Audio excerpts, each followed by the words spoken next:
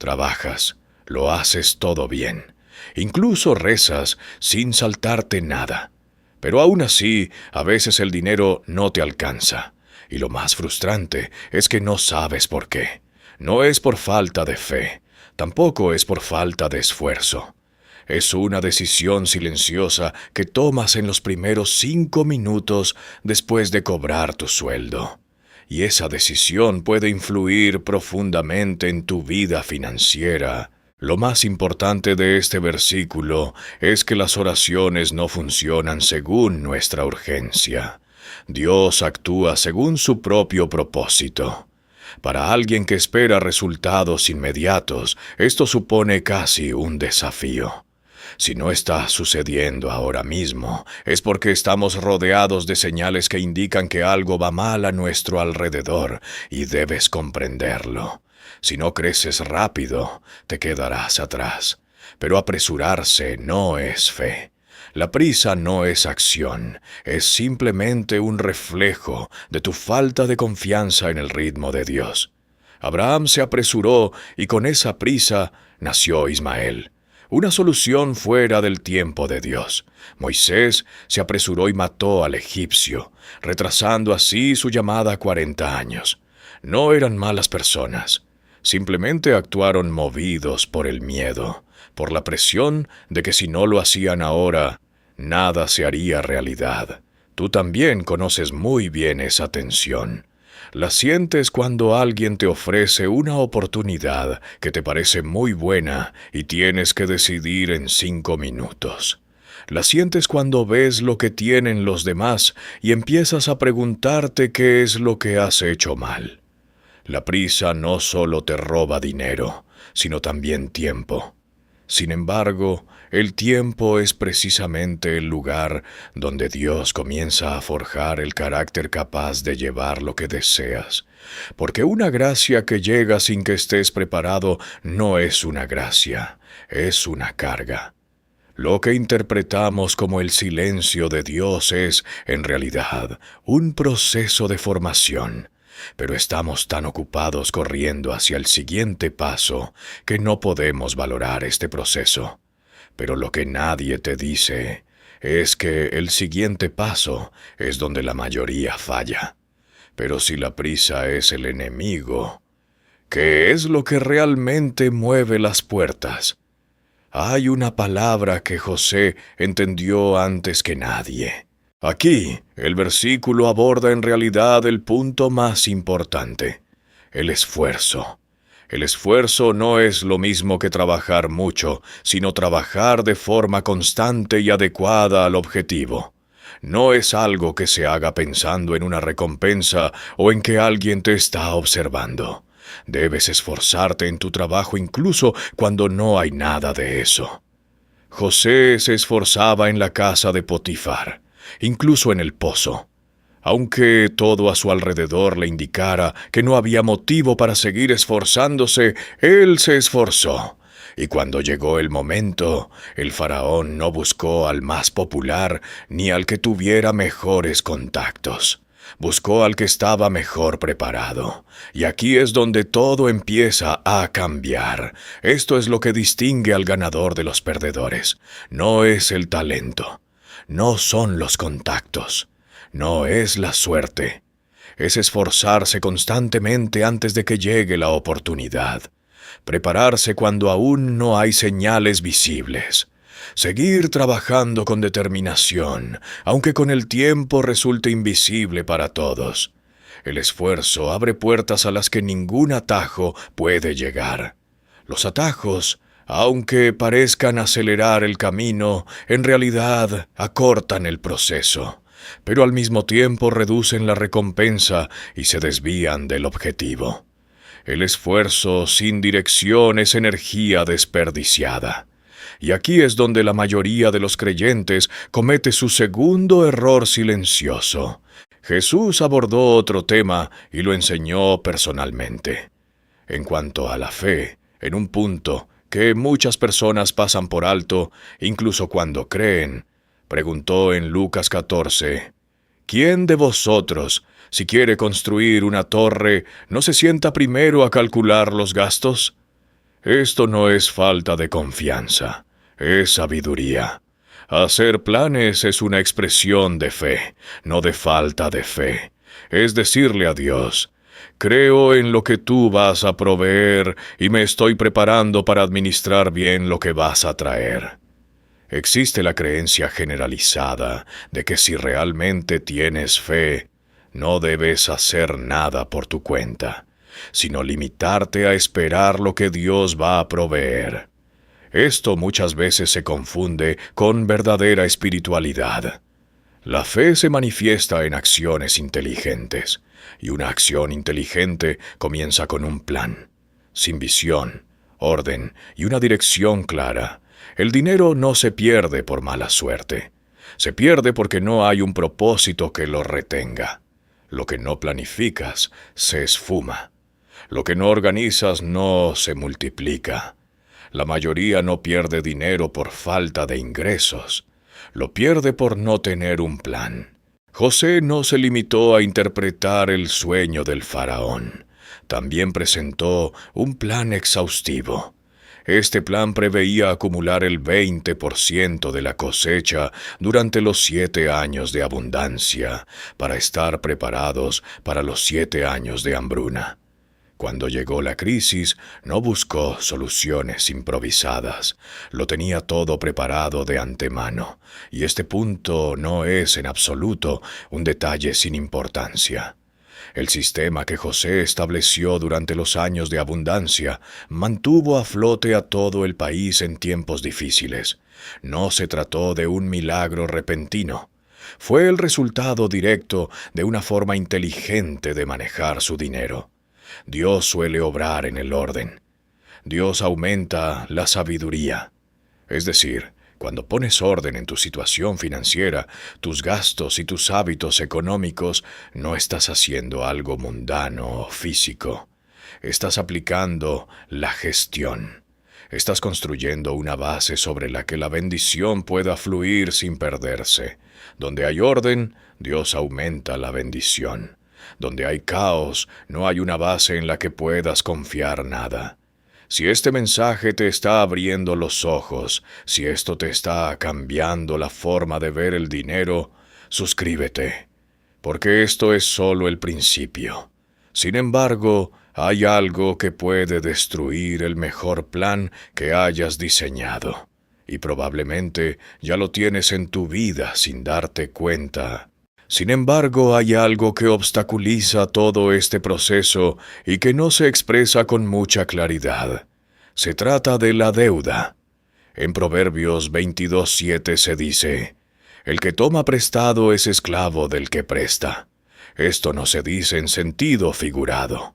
Describe lo que realmente ocurre en la vida de una persona endeudada. Cada pago que realizas cada mes es una parte de tu libertad que entregas a otros. Cada obligación material que asumes apresuradamente se convierte en una cadena que te impide moverte cuando Dios intenta guiarte hacia otro lugar. El endeudamiento en sí mismo no es un pecado. Sin embargo, el endeudamiento se ha vuelto tan común que ya no se percibe la cualidad de restricción inherente a su naturaleza. Muchos creyentes, al estar atados a sus obligaciones de pago a bancos y entidades financieras durante los próximos 3 años, no pueden hacer donaciones libremente. No pueden responder a su llamada y no pueden reaccionar cuando se presenta la oportunidad. Muchas veces la bendición no está diseñada para sostener deudas innecesarias, sino para cumplir su propósito. Y cuanto mayor es la carga de la deuda, menos margen queda para cumplir la voluntad de Dios. Ahora bien, aunque parezca contrario a toda lógica económica, existe un principio que funciona en este mundo con una rectitud inexplicable. Ese principio es la generosidad. En el capítulo 11 de Proverbios de Salomón se dice que a quienes comparten se les dará más. Y aunque esto no es una fórmula mágica garantizada, es un principio espiritual. Quienes tratan de acumular más de lo que merecen caerán en la pobreza. La viuda de Sarepta no tenía nada más que la cantidad justa de aceite y harina para su última comida. Sin embargo, cuando actuó con generosidad hacia el profeta antes de procurarse su propio sustento, ese aceite y esa harina no se agotaron en todo el tiempo de la hambruna. Ella dio de su escasez, no dio de su abundancia. Esta es la diferencia entre la verdadera generosidad y la generosidad que se muestra cuando ya se está a salvo. La verdadera generosidad es un acto de fe que proclama: mi fuente no es mi ahorro, sino Dios. Y cuando das con esta actitud, se pone en marcha algo en el reino de Dios que es un principio, no una promesa automática. No es magia. Es la ley del reino de Dios, que opera en una dimensión que no se puede explicar completamente con números. Aunque no se hable mucho de ello, hay otro principio sumamente importante. Se trata de la fidelidad en las cosas pequeñas. Jesús no dijo que Dios pondría a prueba tu corazón con la riqueza. Al contrario, dijo justo lo contrario. El que es fiel en lo poco también es fiel en lo mucho. Es decir, la prueba no se basa en suposiciones como que en el futuro aumentarán tus ingresos, te sentirás más cómodo o mejorará tu situación. La prueba se realiza aquí y ahora, con lo que ya tienes. Al ver cómo administras lo poco, se comprende si estás preparado para administrar lo mucho. Y la mayoría de las razones por las que la bendición no llega no se deben a que Dios no quiera dártela.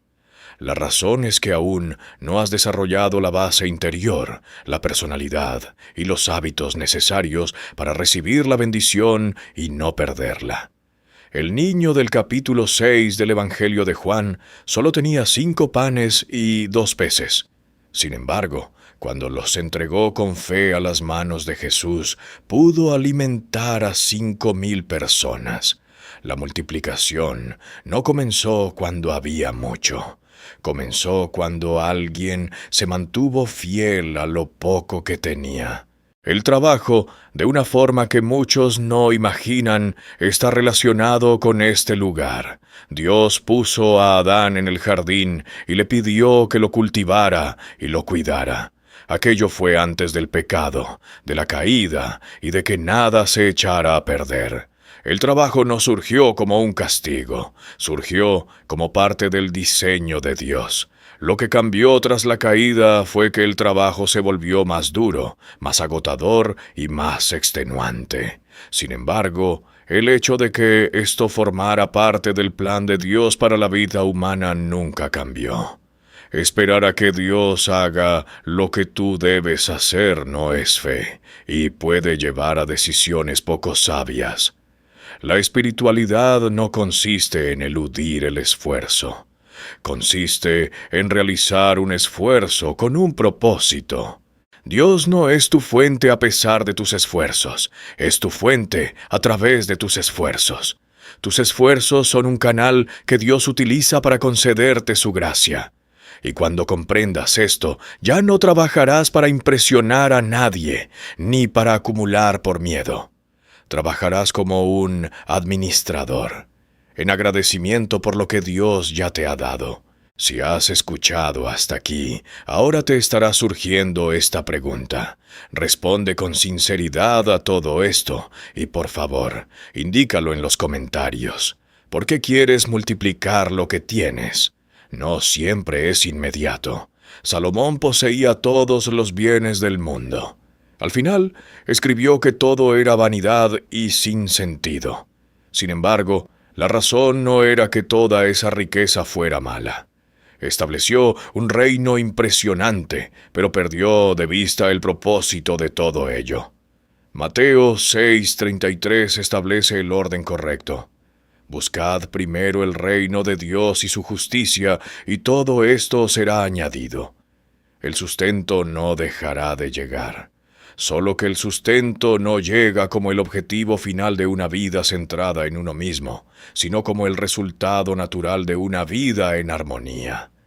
Cuando tu motivación está conectada con algo más grande que tú, cada decisión financiera se convierte en un acto de adoración. Cada céntimo bien administrado, cada momento en el que dices no a lo que no necesitas para poder decir sí a lo que importa, cada inversión realizada con sabiduría y propósito. Traza tu propio camino según esto.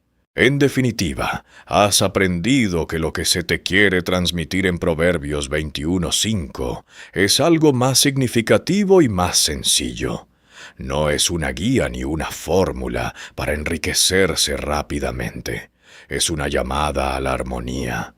Puedes creer que con sabiduría puedes lograrlo todo.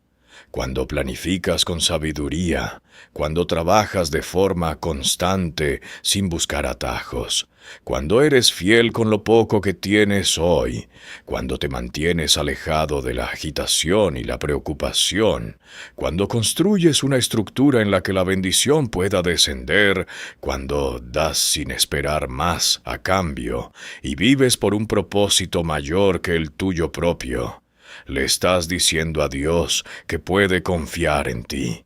Y Dios honra esa confianza.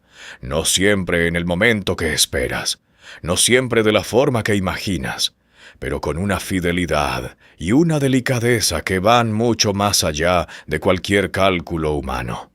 Multiplicar lo que tienes no es un milagro inmediato, ni empieza con más dinero. Empieza con una decisión. Hoy, antes de que llegue lo que esperas, toma la decisión de administrar bien lo que tienes. Porque Dios no busca a quien más tiene, busca a quien es fiel con lo que tiene.